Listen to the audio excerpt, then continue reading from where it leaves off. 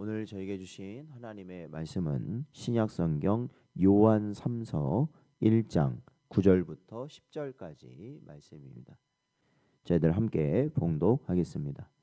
내가 두어 자를 교회에 썼으나 그들 중에 으뜸되기를 좋아하는 디오드레베가 우리를 맞아들이지 아니하니 그러므로 내가 가면 그 행한 일을 잊지 아니하리라. 그가 악한 말로 우리를 비방하고도 오히려 부족하여 형제들을 맞아들이지도 아니하고 맞아들이고자 하는 자를 금하여 교회에서 내쫓는도다. 아멘. 기도하겠습니다. 하나님 아버지, 지난 주일을 저희들 복되게 지키게 하시고 또한 간밤에도 하나님의 보호하심 가운데 저희들을 붙드셨다가 오늘도 이 첫 하루의 시작을 하나님께 나와 말씀과 기도로 시작할 수 있는 은혜를 허락하신 것 감사드립니다. 언제나 저희들에게 오직 하나님 아버지의 정하심에 따라 예수 그리스도 안에서 참된 생명을 우리에게 허락하여 주심을 저희들 온전히 깨닫게 하여 주옵시며 오로지 그 은혜 가운데 저희들이 하나님의 나라를 늘 소망하며 회개하고 언제나 하나님이 주신 소명 감당하는 저희 모든 성도들 되도록 하나님 인도하여 주옵소서. 간절히 바라옵고 예수님의 이름으로 기도하옵나이다. 아멘. 오늘은 진리보다 자기를 높이는 자의 교만이라는 제목으로 하나님 말씀 증거합니다. 요한 3서는 진리 안의 사랑을 주제로 한 편지입니다. 그런데 오늘 본문을 보면 그러한 주제와는 정반대되는 인물 디오드레베가 등장합니다. 오늘 본문에서는 그를 으뜸되기를 좋아하는 자였다라고 말하고 있습니다. 그의 교만은 교회를 어지럽히고 형제 사랑을 막는 결과를 가져왔습니다.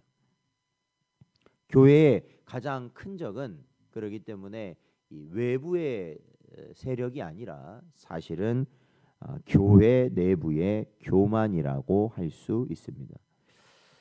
사탄은 늘 하나님의 공동체 안에서 자기 영광을 추구하는 마음을 통해 교회를 무너뜨리려고 애씁니다.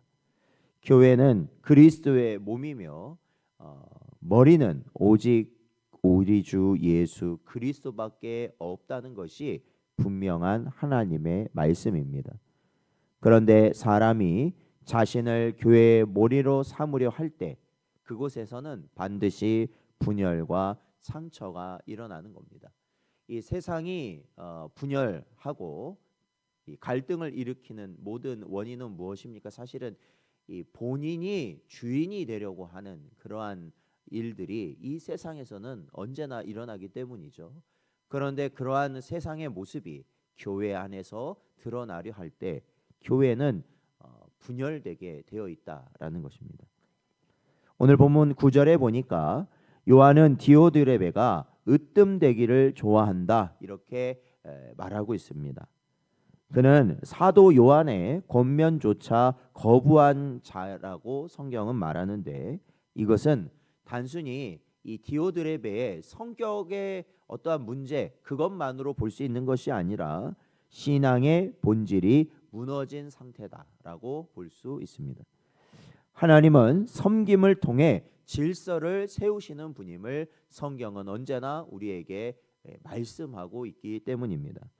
마태복음 20장 26절 말씀을 보면 너희 중에는 그렇지 않아야 하나니 너희 중에 누구든지 크고자 하는 자는 너희를 섬기는 자가 되고라고 예수님은 말씀하셨습니다. 그러나 디오드레베는 섬김이 아니라 교회를 지배하려고 하였던 것입니다. 그는 교회 안에서 영향력을 장악하려 했고 결국 진리를 왜곡하여 자기 자신이 바로 교회의 중심이 되려 하였고 진리보다 자기의 뜻을 더욱더 중요하게 여겼던 것입니다. 으뜸되기를 좋아하는 마음이라는 건 오늘날에도 여전히 교회를 위협하는 가장 큰 적입니다. 직분을 명예로 여기고 사람의 인정을 더 구하는 모습을 갖게 된다면 그 신앙은 이미 하나님 중심에서 벗어난 것이기 때문입니다. 웨스트민스터 소요리 문답 제1문은 인간의 목적, 사람의 제일 되는 목적은 하나님을 영화롭게 하는 것이다 라고 분명히 명시하고 있습니다. 그러나 디오드레베는 하나님이 아니라 자신을 영화롭게 하였던 것입니다. 모든 교만은 이 첫 번째 목적을 왜곡하는 죄라는 것을 우리는 반드시 기억해야 할 것입니다. 오늘 본문 10절을 보면 요한은 또한 디오드레베가 악한 말로 우리를 비방하며 형제들을 맞아들이지도 않는다라고 고발하고 있습니다. 그의 마음이 하나님을 향하지 않았을 때, 즉 교만의 마음이 그의 심령에 가득 찼을 때 그의 입에서는 악한 말이 나왔습니다. 그리고 그의 손은 이제는 더 이상 사랑을 베풀지 않았다라는 것입니다. 여러분, 누군가를 비방하는 그러한 입술이 있다면 그 비방의 입술의 중심은 교만이라는 것을 우리는 반드시 분별해야 할 것입니다. 자기를 높이려는 사람은 반드시 다른 이를 깎아내리려 합니다. 결국 그는 교회 안에 사랑의 흐름을 끊고 형제를 원수로 만드는 자가 되는 것입니다. 이사야서 29장 13절 말씀을 보면 주께서 이르시되 이 백성이 입으로는 나를 가까이 하며 입술로는 나를 공경하나 그들의 마음은 내게서 멀리 떠났나니 그들이 나를 경외함은 사람의 계명으로 가르침을 받았을 뿐이라 라고 말씀합니다. 디오드레베의 교만은 하나님께 순종하지 않는 마음에서 비롯된 것입니다. 진리에서 떠난 교회는 언제나 비난과 배척의 공동체로 변하게 되어 있다라는 것입니다. 오늘날에도 교회의 문제는 교만한 말에서 시작된다라는 것을 우리는 반드시 기억하고 경계해야 할 것입니다. 사랑보다는 판단이 앞서고 진리보다 자신의 의가 앞설 때 그곳에서는 성령의 역사가 아니라 사탄과 마귀의 역사만이 일어날 뿐이라는 것입니다. 오늘 본문 10절에서 요한은 계속해서 말합니다. 내가 가면 그가 행한 일을 기억하리라 이렇게 말하고 있습니다. 이것은 단순한 보복, 그러니까 내 말을 듣지 않으니까 보복하겠다 이런 말이 아닙니다. 교회의 질서와 진리를 바로 세우려는 사도적 권면을 담고 있습니다. 디오드레베의 행위는 단순한 인간관계의 문제가 아닙니다. 나를 높이고 자기 다른 사람을 깎아내리고 비방하고 이렇게 다니는 것, 그냥 이거는 사람 간의 문제로 치부할 수 있는 것이 아닙니다. 성도 간의 문제만이 아니라는 것입니다. 이는 하나님의 통치를 거부하는 반역된 모습이라는 것을 우리는 분별해야 합니다. 요한은 그를 징계함으로써 교회를 회복시키려 합니다. 왜냐하면 진리는 반드시 교회 안의 질서로 나타나야 하기 때문입니다.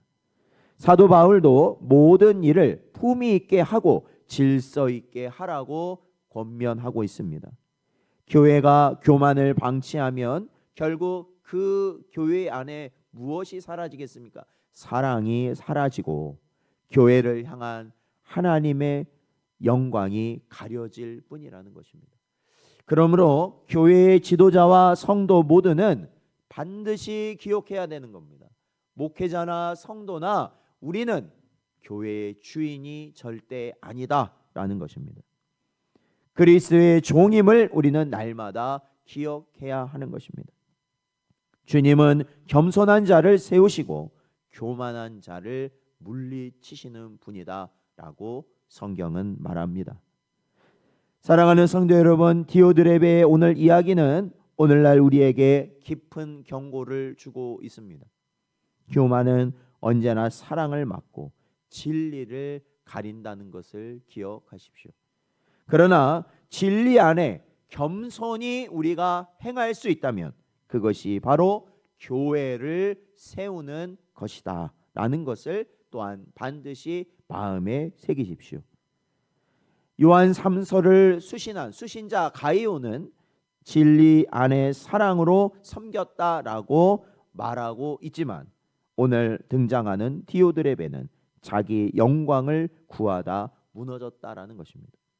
가이오와 디오드레베의 모습은 오늘날 교회에 두 방향이 있음을 보여주고 있습니다. 즉 사랑으로 세워지느냐 아니면 교만으로 무너지느냐 하는 것입니다. 야고보서 4장 6절 말씀을 보니까 그러나 더욱 큰 은혜를 주시나니 그러므로 일렀으되 하나님이 교만한 자를 물리치시고 겸손한 자에게 은혜를 주신다 하였느니라 말씀하고 있습니다.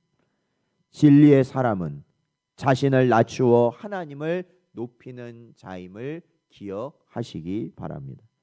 그럴 때 그 교회는 언제나 성령의 은혜 안에서 하나가 되어지는 것입니다.